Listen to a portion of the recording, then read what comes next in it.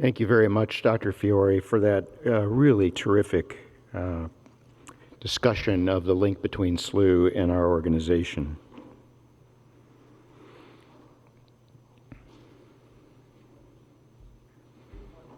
Thank you.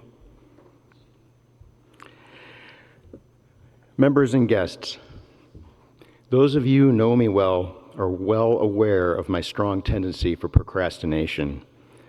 And having put off preparing this introduction for far too long, I must admit that I was in something of a panic yesterday as I scrambled to pull something together to properly honor our esteemed president. I must also confess that I went so far as to consider using ChatGPT. Indeed, from my initial glance, it appeared that this modern marvel could be a terrific bailout for me. But honestly, that seemed like it would be cheating, and I was worried about AI's well-described inaccuracies and hallucinations. So I scrapped that idea, and I resolved to try a more reliable, old-school approach. And thank goodness that Dr. Edwards has a Wikipedia page. So here we go. In October of 1976, Jeffrey and Madge Edwards welcomed their daughter Melanie into the world in the Canadian province of Alberta, where she spent her preschool and early grade school years. From an early age, Melanie enjoyed learning, reading, and the outdoors. Like all children, she began considering what she wanted to be when she grew up. She was not excited about becoming an athlete or, much to her parents' dismay, a concert pianist. Instead, because of the impression her pediatrician had on her, young Melanie was inspired to become a doctor, and this quickly became her focus. During her grade school years, Melanie and her family moved to Jamaica, where her parents are originally from. She was an excellent student. After completing grade school and high school in Jamaica, Melanie came to the United States in 1993, where she attended Oakwood College in Huntsville, Alabama. She was a highly focused and driven student, and she excelled as she completed the pre-med curriculum with a major in biology and a minor in chemistry. Well, I should say she almost excelled. To this day, she holds a grudge against her PE teacher who derailed her GPA goals by giving her a C in volleyball. Not to be deterred from her quest to become a doctor, Melanie spent a summer doing research with a plastic surgeon, and from this point on, she knew she wanted to be a surgeon. Despite her lackluster performance in net sports, she was accepted to Loma Linda University School of Medicine and matriculated there in 1997. As in college, Melanie was laser-focused on academic achievement, but she also began distinguishing herself as a leader, serving as president of the Black Students Association. She also served on mission trips to Kenya and Malaysia. A seminal event for Melanie was her away rotation at the Beth Israel Deaconess Medical Center of the Harvard Medical School. At Deaconess, she joined the hepatopancreaticobiliary surgery service, working with Dr. Jeffrey Matthews and other notable mentors. After graduating from Loma Linda in 2001 with AOA distinction, Dr. Edwards returned to Deaconess for her general surgery residency training. In Boston, she quickly gained insight into the exciting field of cardiothoracic surgery. Her very first rotation was in cardiac surgery, and as a second-year resident, she rotated on the thoracic service with Drs. Mac DeCamp and Simon Ashiku. It was their mentorship that inspired Dr. Edwards to dedicate her career to thoracic surgery. After completing her general surgery residency in 2016, Dr. Edwards began her thoracic surgery residency at St. Louis University School of Medicine. It was here that she began working with Dr. Keith Naunheim, the 57th president of this organization and the 54th president of the Society of Thoracic Surgeons. Dr. Naunheim's mentorship during her training was just a preview of the impact he was to have on Dr. Edwards' career. After completing her thoracic residency in 2008, She took her first faculty position at Louisiana State University in New Orleans, where she served as assistant professor of surgery for 4 years. While at LSU, Dr. Edwards developed a strong interest in building a program in advanced thoracoscopic surgery, and in 2012, she went to Cedars-Sinai Medical Center in Los Angeles to complete a fellowship in minimally invasive thoracic surgery under the tutelage of Drs. Robert McKenna and Harmik Sakuzian. With this advanced fellowship training under her belt, she returned to the St. Louis University program in 2013 as clinical assistant professor, and for the next 5 years focused on expanding the minimally invasive program there. Dr. Naunheim's ongoing mentorship and sponsorship were extraordinarily impactful to Dr. Edwards as she developed into an accomplished thoracic surgeon and service-focused academic leader. In 2015, Dr. Edwards was awarded the Carolyn E. Reed Traveling Fellowship. This award was established by the Thoracic Surgery Foundation for Research and Education and Women in Thoracic Surgery in the honor of the late Dr. Reed, who served as our 54th president of the Southern Thoracic Surgery Association and was elected as the 2013 president of the Society of Thoracic Surgeons. This award afforded Dr. Edwards the opportunity to gain experience in robotic thoracic surgery at the University of Alabama, Birmingham, under the mentorship of Dr. Robert Cerfolio, who served as the 60th president of our association. After further building her expertise at SLU, in 2018, she moved to the Trinity Health IHA Medical Group Ann Arbor campus in Michigan, where she currently serves as the site medical director for thoracic surgery. Throughout her career, Dr. Edwards has been engaged in research and scholarship. Her work is focused on outcomes after surgical treatment of lung and esophageal cancer, minimally invasive thoracic surgery, mentorship and training, and diversity and bias in our specialty. Of note, she has written authoritative chapters on the treatment of paraesophageal hernia, esophageal cancer, and minimally invasive chest surgery in several major textbooks in the field, including Shields' General Thoracic Surgery, Pearson's Thoracic and Esophageal Surgery, and the American College of Surgeons Operative Standards for Cancer Surgery. Dr. Edwards has a sustained record of service in national organizations, including in leadership roles. To name just a few, for women in thoracic surgery, she has served as historian and member at large. For the American College of Surgeons, she has served on the Esophageal Cancer Writing Group, and she currently serves as chair of the Mission and Membership Subcommittee of the Women in Surgery Committee. For the Society of Thoracic Surgeons, she has served as chair for the General Thoracic Subspecialty Group of the Workforce on the annual meeting, and she currently serves on the workforce for the Nina Starr Braunwald Center, the Finance Committee, and the Presidential Task Force for General Thoracic Surgery Initiatives. And for our Southern Thoracic Surgical Association, before taking the helm as our president, she has served as program committee member and co-chair, postgraduate committee member and co-chair, counselor at large, and of course, second and first vice president. Outside of her professional activities, Dr. Edwards treasures her family and friends. Her father, Jeffrey, has retired after enjoying careers in optometry and farming.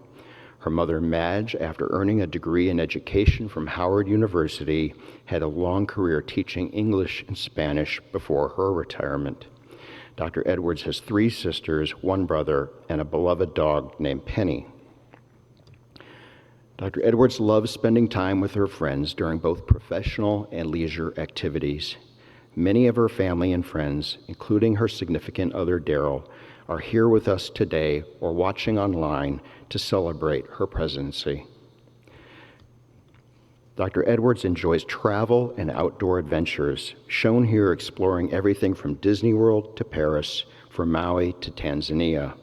She is particularly fond of her annual trips with friends to the Miraval resorts and spas.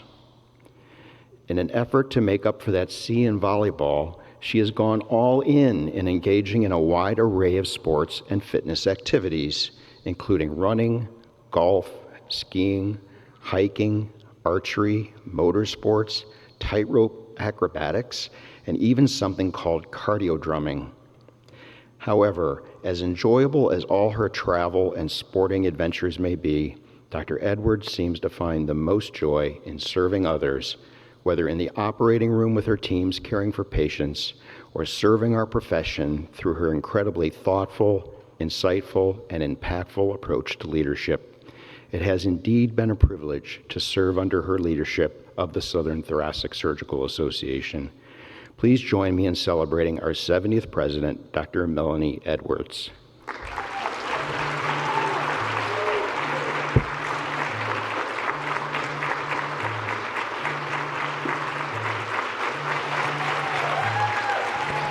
I know. You got this.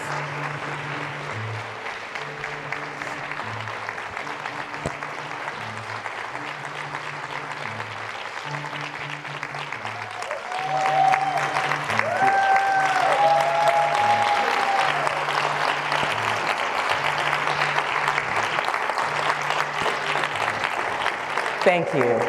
Thank you, everyone. And thank you, Scott, for that most kind introduction. I will eventually let go of the grudge, but who knows, maybe not anytime soon. Good morning. So it is my esteemed honor to stand before you here. Look at that legacy. It is truly an honor to follow in the footsteps of so many great leaders in our specialty and so many innovators. It's been an incredible year serving as your president, and I am most grateful for this opportunity. And I also want to thank the individuals who have made it possible for me to be here. There's so many to thank, and I probably have not included everyone, and if I missed anyone, my deepest apologies. I want to start first by thanking the STSA executive team and council. Your leadership and support have been invaluable. To my surgical teachers, I am forever grateful. I would not be the surgeon I am without each of these extraordinary surgeons who taught me everything that I know. This ranges from phrases that I pass on to residents today, some of which I can't say anymore, thanks Keith, to the core principles that I have built on my surgical career as it has evolved. My career looks different now than it did when I started, but those core principles are still the foundation. I've been fortunate to have worked with the most amazing partners throughout my career. I have been truly blessed, and that continues to my current practice. Their support has made it possible for me to serve in this capacity, even though there are two of us. My partner, Kamari Adams, is here today. I'm extremely grateful that she's here. She always, always has my back, and it's been a truly great partnership. I'm also grateful to Jay Gupta, who is at home holding down the fort for us, because both of the thoracic surgeons are gone, but he's doing okay. Most of all, there are those who believe in you when you don't believe in yourself, and they're always there to lend an ear and some kind support. One cannot get here and achieve any of this without them. They have opened doors, they've opened windows, they've offered helping hands and ready words of advice. I'd like to highlight two individuals, Leslie Coleman, who was here for WTS, who really went to bat for me when it looked like there were no options. And to Keith Nonheim, as has been alluded, who has been a teacher, a mentor, a sponsor, like a real sponsor, colleague, and dear friend. There are not enough words to express how grateful I am that you took a chance on me. To my friends and family who have somehow managed to stick with me despite my frequent unavailability, those trips are like the 5 I've taken in the last 20 or 30 years, but you still try to squeeze it out, and I thank them for always being here. To Daryl, who is learning the surgeon life and who has decided to come along for the ride, your love and support mean the world to me.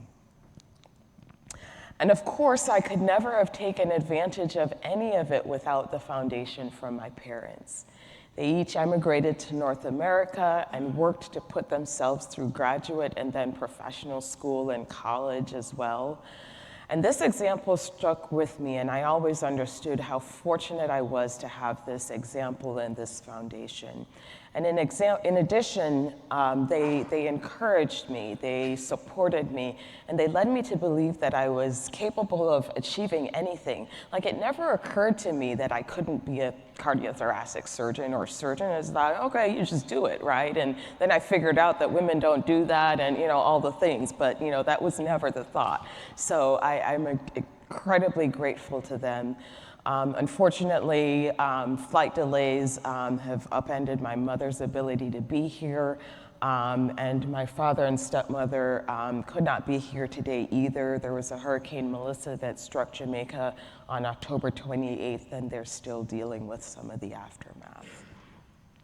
So Jamaica is no stranger to hurricanes, neither are we. We had a meeting canceled, so but we know for us this was the strongest direct hit. We got 180 mile per hour winds, and it devastated the western part of the island. So this is a QR code if anyone wants to help, and we appreciate your support. I'm also extremely grateful to the two trailblazing women who have stood here before me, the late Dr. Carolyn Reed and Dr. A.J. Carpenter. As past presidents, their leadership of this venerable organization, which, as we've heard, is the second oldest cardiothoracic surgical society in the United States, is most noteworthy.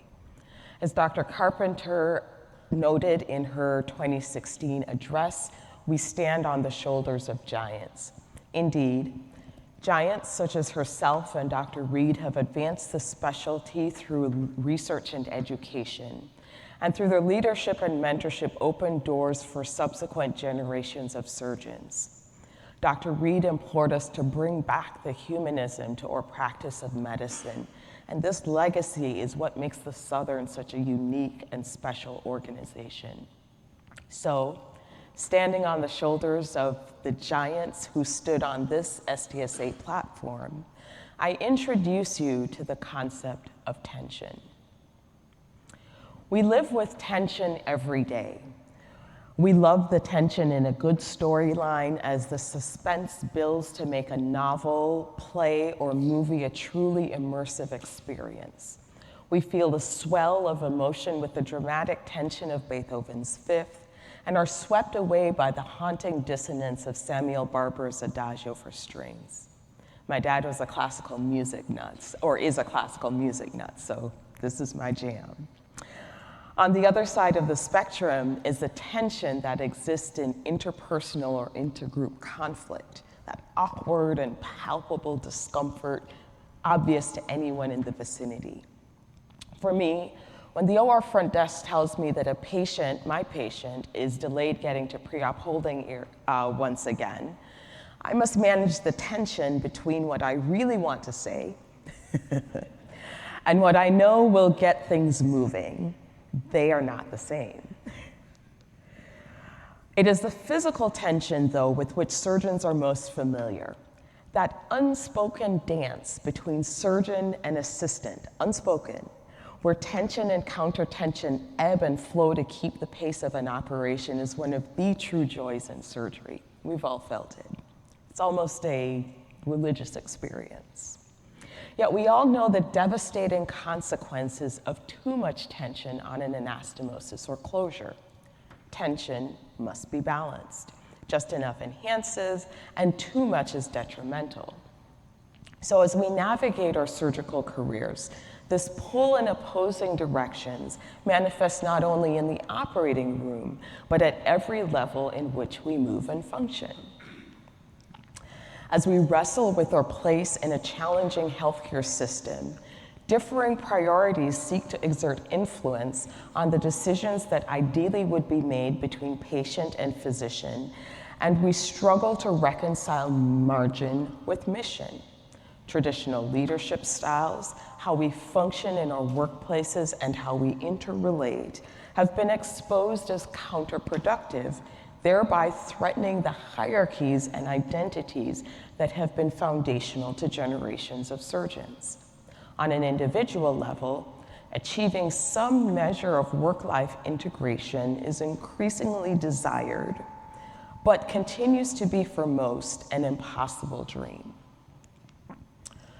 One can respond to these external and internal conflicts in a variety of ways. For some, it is denial, pretending the problems do not exist. Just put your head in the sand. For others, resignation, not quite accepting, but also feeling powerless to find solutions. But what if we were to apply the same energy we bring to clinical problems to these problems? As a specialty, we have demonstrated the incredible power to bring innovative prescriptions to some of the most difficult clinical dilemmas, as we've heard in these history lectures. One needs look no further than the recent application of robotic surgery to heart and lung transplants as an example. As we explore the tensions we face, we will also look at strategies to stay upright, so to speak. So let's begin by examining the landscape in which we practice, the tension between mission and margin, which shapes so much of our professional lives. The ailing US healthcare system is rife with paradoxes and conflicting priorities, where margin would seem to be the more powerful driver of how the system functions, instead of the mission to take care of the patients with whom we are entrusted. Indeed, this system is as much in need of care as the patients it seems to treat. We work in an under-resourced, fragmented, unregulated, and profit-driven healthcare environment. While we are flush with technology, in the US, there's actually less manpower compared to that of other developed nations, with fewer physicians overall, fewer primary care physicians, nurses, and acute care hospital beds per capita. Not surprisingly, this is reflected in worse overall healthcare outcomes, with higher rates of obesity and chronic disease and lower life expectancy. Now, the US makes up for this by outperforming in the area of cost, led by the administrative bloat needed to manage the fragmented system, with over 600% higher administrative spending than that of other developed nations. 600%. The average hospitalization in the US costs twice as much, largely driven by system consolidation that creates relative monopolies that can demand higher payments for services. In our arena, surgical care contributes 20% to the $5 trillion of annual US healthcare spending, the majority going to hospital charges, which also accounts for the most price variation. Indeed, for surgical procedures, including coronary artery bypass surgery, while the median hospital markup is 3 times the costs incurred, the top hospitals bill 8 times their costs, topping out at 13 times the cost for the top 50 hospitals. The hard pill to swallow here is that the hospitals that mark up charges the most demonstrate the worst outcomes. We see a prime example of the risks posed by the proliferation of profit-driven actors in healthcare, enter private equity, where for-profit hospitals are more likely to jack up prices, yet patients in these institutions suffer higher mortality and higher readmissions. But the so-called not-for-profit institutions and hospitals are not in the clear. They also participate in above-average price inflation, though to a lesser degree. And while mortality is unchanged, patients in these institutions also suffer higher readmissions and complications than in those hospitals that do not charge above average for their services.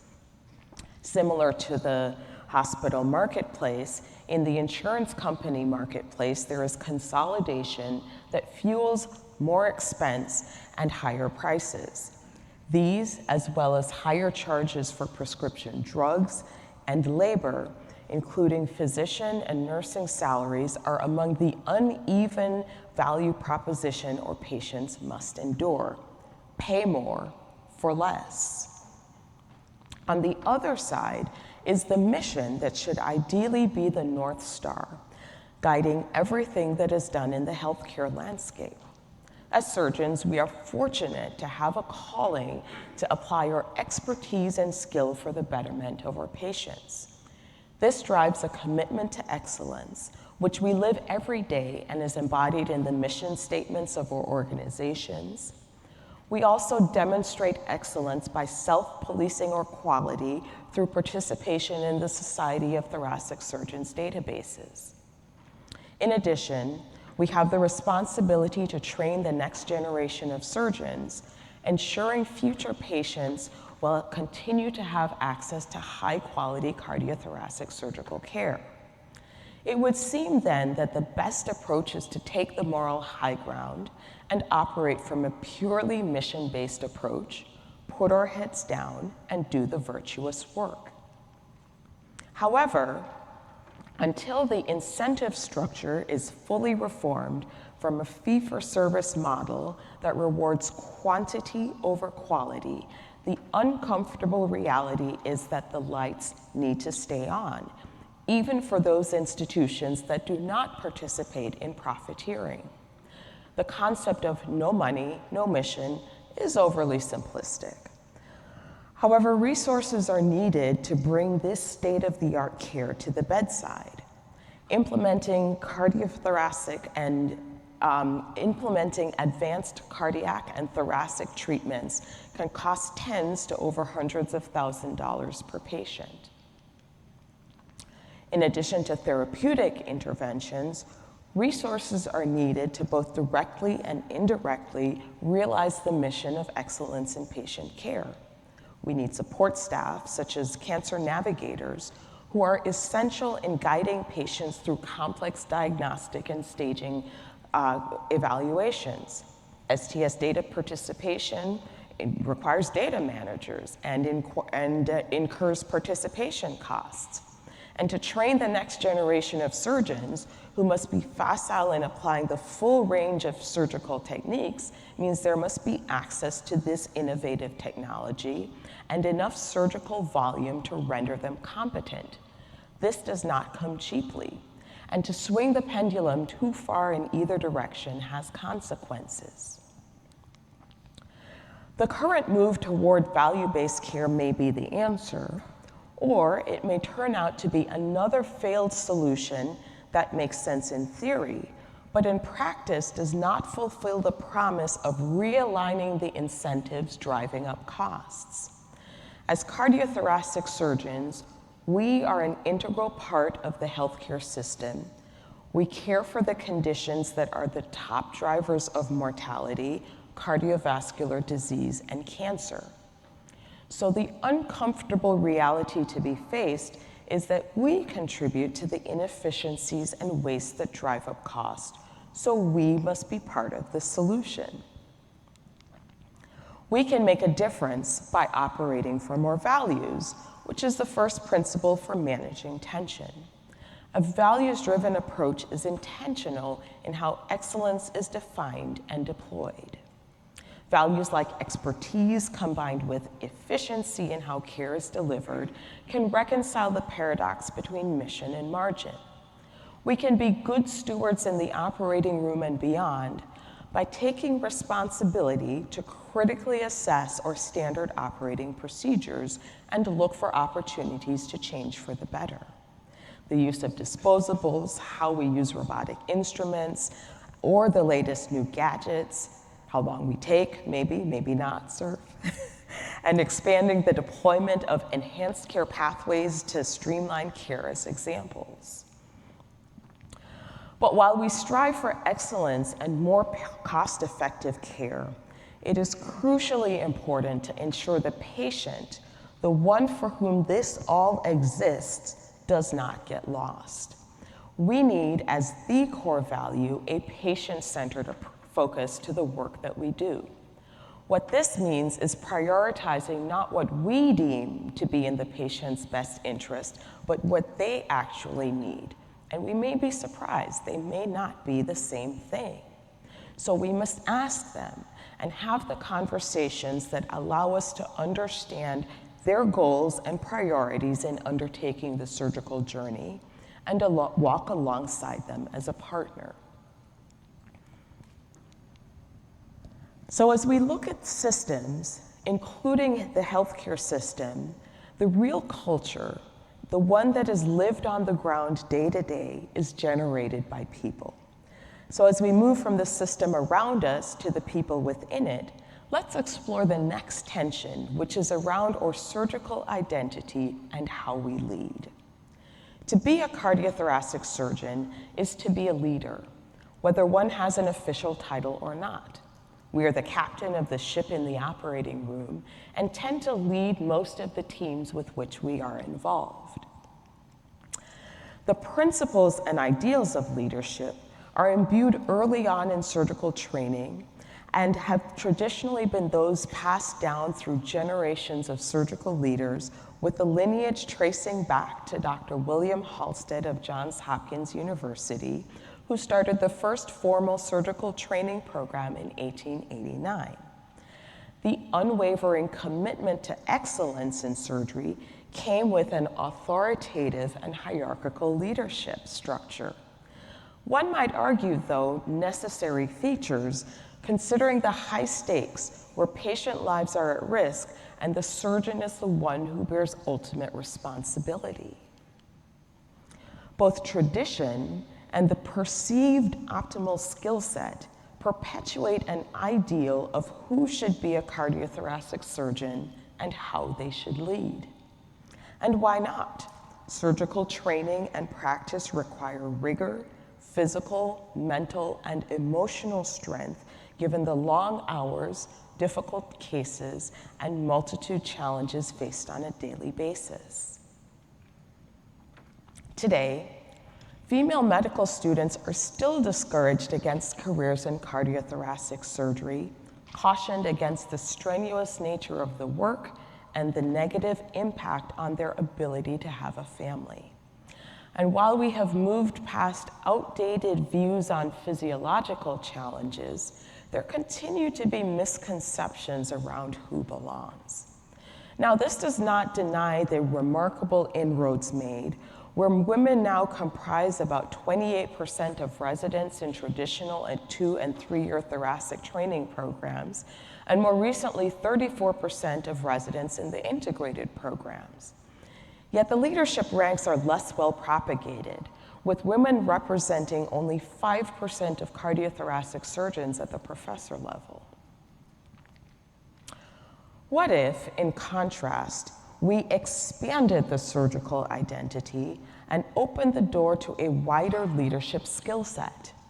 In the high-stakes arena of cardiothoracic surgery, if we are to fulfill the promise of excellence and our mission of excellence in patient care, just as we deploy new technology, we must be open to new ideas for how to further this objective. Amy Edmondson's work on psychological safety and failure illustrates the harms of authoritarian and fear-based leadership, where subordinates attempt to comply in order to avoid negative consequences. More typically in healthcare, we face the revolving door of staff turnover with the resulting inefficiencies created by the lack of expertise and experience of each successive round of new team members. Edmondson emphasizes that a learning mindset is crucial for leaders to adopt.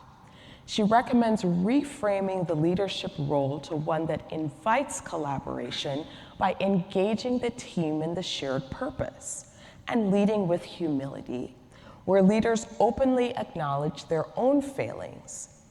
Facing and admitting failure requires that we override automatic fear responses and threats to our ego. So it should be no surprise that the concept of humility may seem like heresy to a cardiothoracic surgeon. Edmondson specifies, though, situational humility, and is clear that confidence and humility are not opposites. Confidence in one's abilities and knowledge, when warranted, is far preferable to false modesty. Humility is the simple recognition that you don't have all the answers, and you certainly don't have a crystal ball. To show up with this type of humility is directly antithetical to an authoritative and hierarchical structure, in that challenges are encouraged instead of unheard of. This can be as simple as doing your post-surgery debrief with the admission of where you yourself could have improved and expressing your gratitude to the team, inviting. The good news is that we can keep our egos intact with confidence, but also allow space for others to learn, grow, and ultimately excel. This level of vulnerability requires courage, which is the second tool in managing tension. In the book Strong Ground, Brené Brown notes that courage is the top trait needed for leaders to navigate contemporary challenges, because its absence leads to dysfunction in several domains. These include the ability to have difficult conversations, to directly face problems, to connect and maintain trust, foster innovation, learn from failure, and promote real accountability as opposed to shame and blame. We all know the ABCs of surgery, right? These are all hard but necessary. Unfortunately, we have never been ones to choose the easy path. So as we expand our thinking of what constitutes desired leadership traits in surgery, we can expand our understanding of who belongs in this space if we have the courage to do the right thing, the hard thing. So as we contemplate reframing the familiar leadership paradigm to include leading with courage and creating space for others to thrive, we can consider how we as individuals are to sustain and function and thrive on an individual level.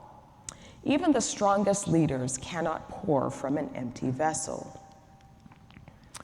In 2021, at the Summer Olympic Games in Tokyo, gymnast Simone Biles created shockwaves when she withdrew from most competition, citing twisties, a condition in which gymnasts lose orientation while in the air.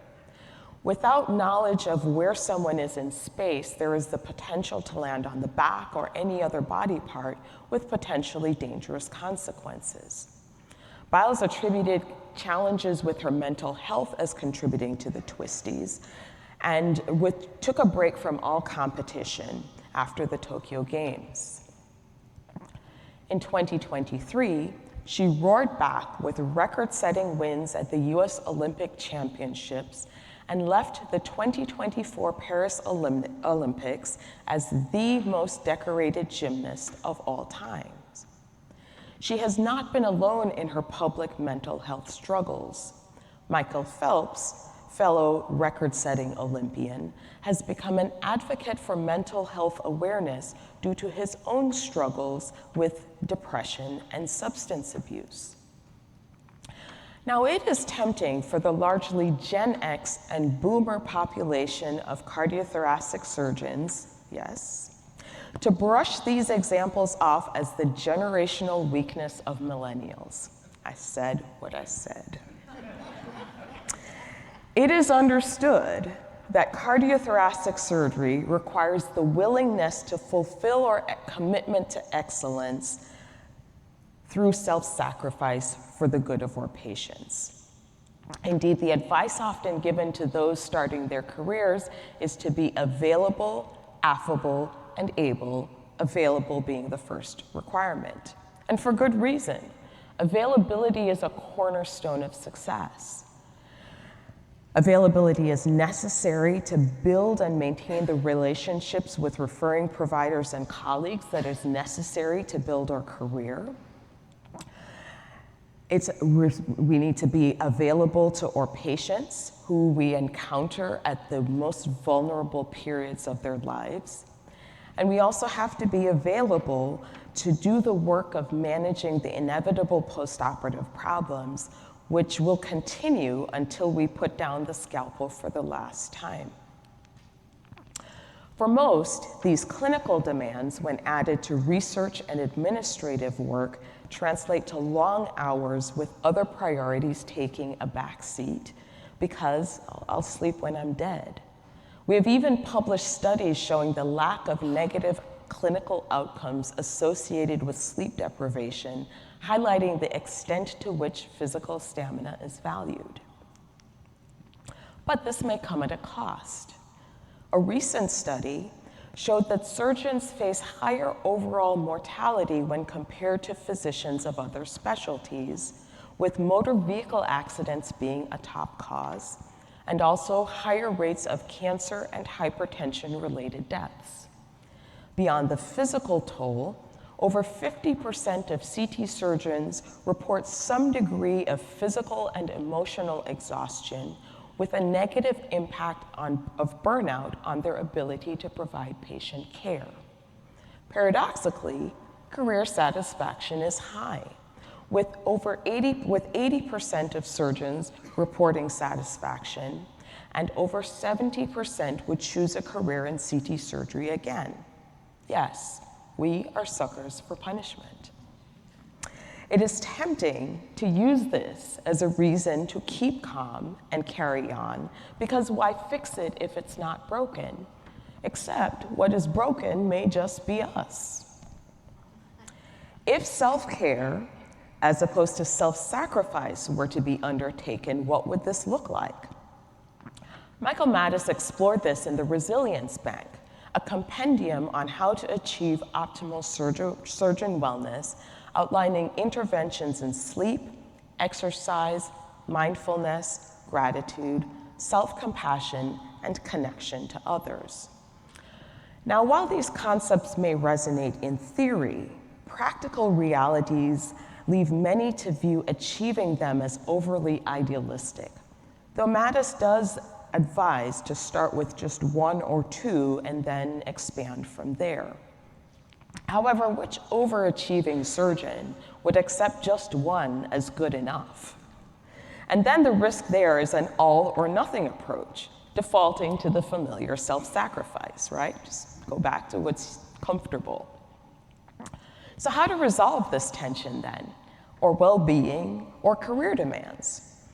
First, there is no one method that fits all, and what constitutes wellness will vary widely. Those of us with undiagnosed ADHD will probably never be meditators, but there are many others from which to choose. Why not begin to question and challenge all the assumptions that we make? One of the difficulties with managing the tension created by paradoxes is the resulting uncertainty when there doesn't seem to be a straightforward answer. Humans crave certainty to the point that we will create certainty where it does not exist. We all know this. And hold on to facts that, when challenged, hold up as well as a tent in a tornado. Look at surgical dogma.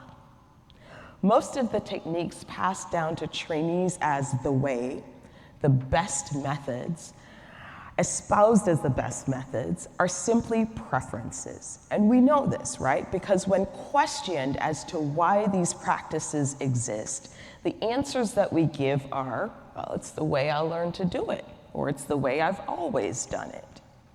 And while we will often use data to defend our practices, we all know the fallibility of data, where the proliferation of observational studies with conflicting results allows one to just cherry pick, right?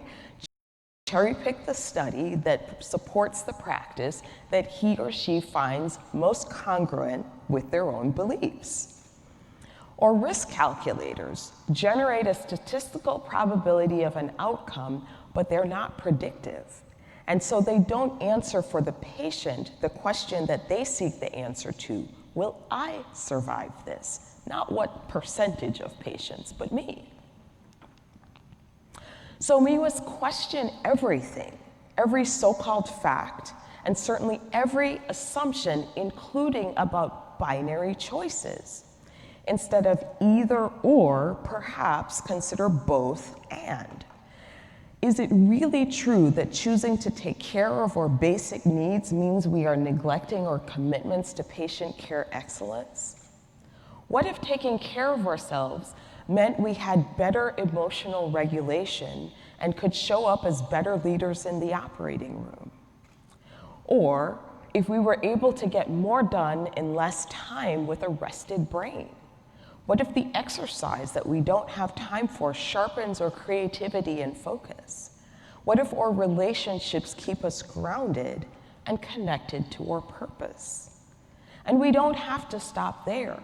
We don't have to stop at the individual level. We can apply the same questioning to the systemic level, which is where a lot of these problems originate. Simone Biles came back from her break as dominant as she had ever been. So perhaps admitting that we are not indestructible and taking care of ourselves and taking care of each other can leave us stronger and better. Tension and paradoxes are constant.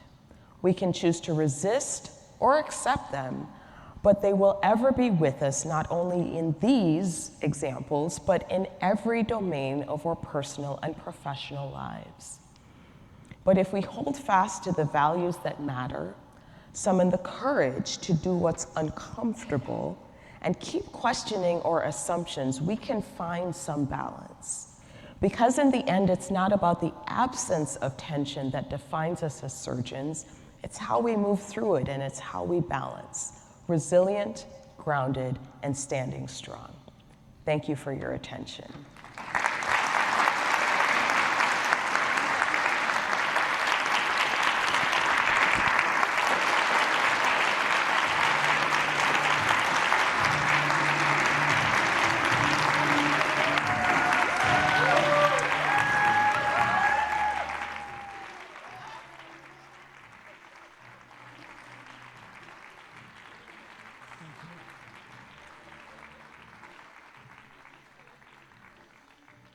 Thank you, everyone. Well, I thank you, everyone. We have a few industry lunches coming up, so starting at 12. Thank you guys for your attention, and then